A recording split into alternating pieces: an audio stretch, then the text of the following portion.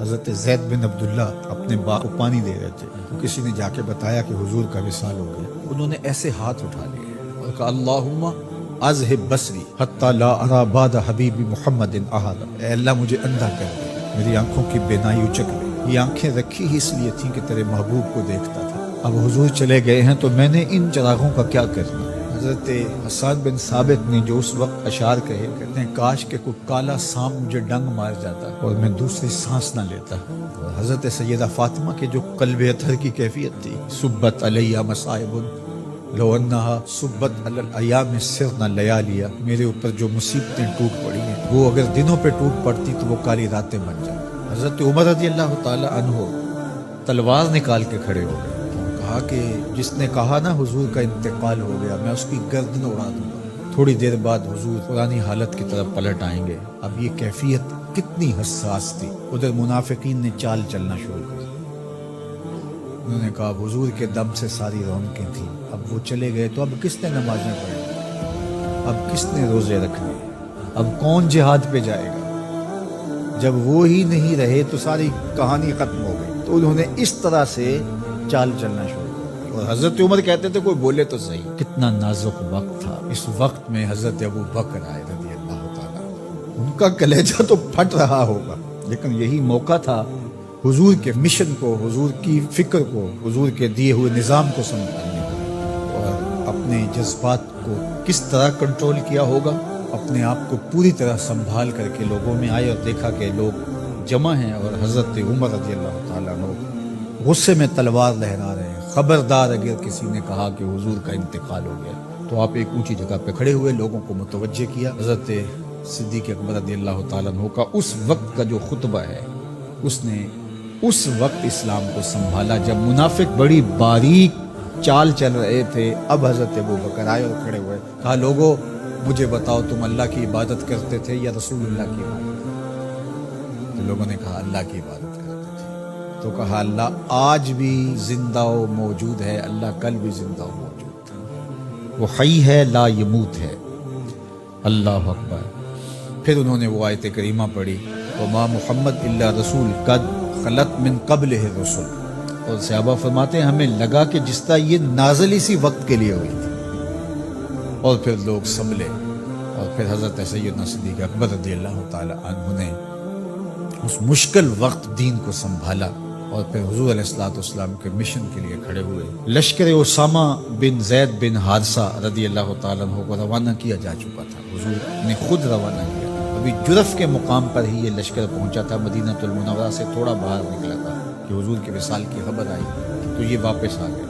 تو بعض صحابہ نے کہا کہ اب مدینہ المنورہ کے حالات وہ نہیں رہے، اطراف کے اندر قبائل سر اٹھا سکتے ہیں جو دبے ہوئے تھے۔ اب حضور کے وصال کی خبر پھیل گئی ہے تو کوئی مدینہ المنورہ پر حملہ نہ کر دے، اور بہترین جنگجو اس لشکر میں شامل ہیں، تو اگر حملہ ہو گیا تو پیچھے سے دفاع نہیں ہو پائے گا، تو لہٰذا اس لشکر کو حکمت یہ ہے کہ روک لیا جائے۔ حضرت صدیق اکبر رضی اللہ تعالیٰ عنہ نے کہا کہ نہیں، یہ حضور کا روانہ کردہ ہے جا کے، بلکہ آپ نے تاریخی جملہ کہا کہ اگر مجھے یقین ہو کہ جنگلوں سے جانور آ کے ہمارے جسم کی بوٹیاں بھی نوچ کے کھا جائیں گے، یہ لشکر پھر بھی روانہ ہو۔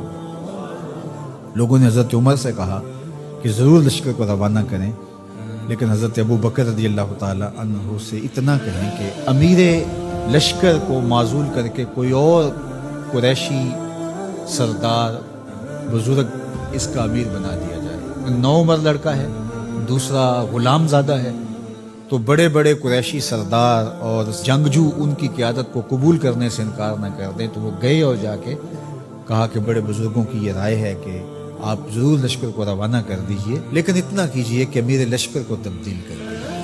حضرت صدیق اکبر کے چہرے پر جلال آ گیا، اور آپ نے جو جملے کہے وہ اتنے سخت تھے، ثقلت امک یبن خطاب، اے خطاب کے بیٹے تیری ماں تجھ کو روئے۔ استعملہ رسول اللہ وقد تامرنی ان اعزلہ، ان کو امیر لشکر اللہ کے رسول نے مقرر کیا ہے، اور میں کون ہوتا ان کو معزول کر دوں۔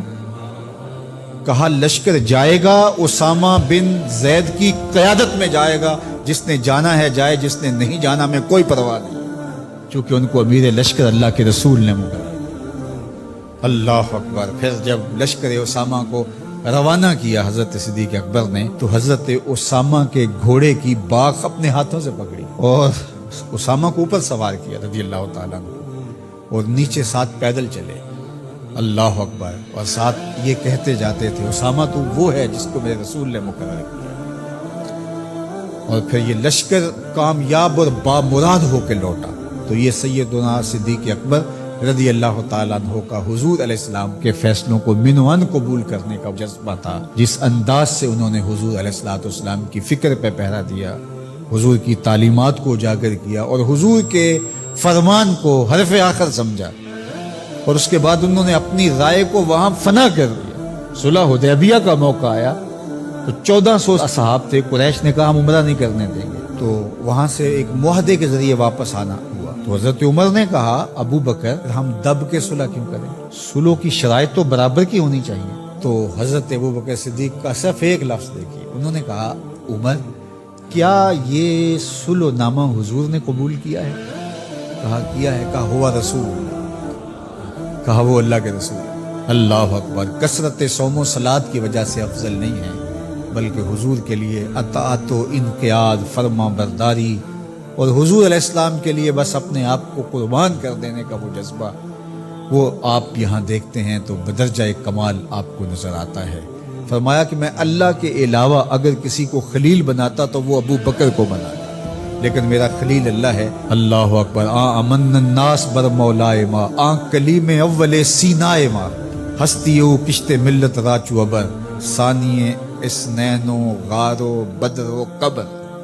دیکھیے کہاں کہاں حضور کی قربت، یہ شک ہووی تے چل مدینے، یہ شک ہووی تے آ تک لے جوڑ مزاراں دا بن یار نبی نے۔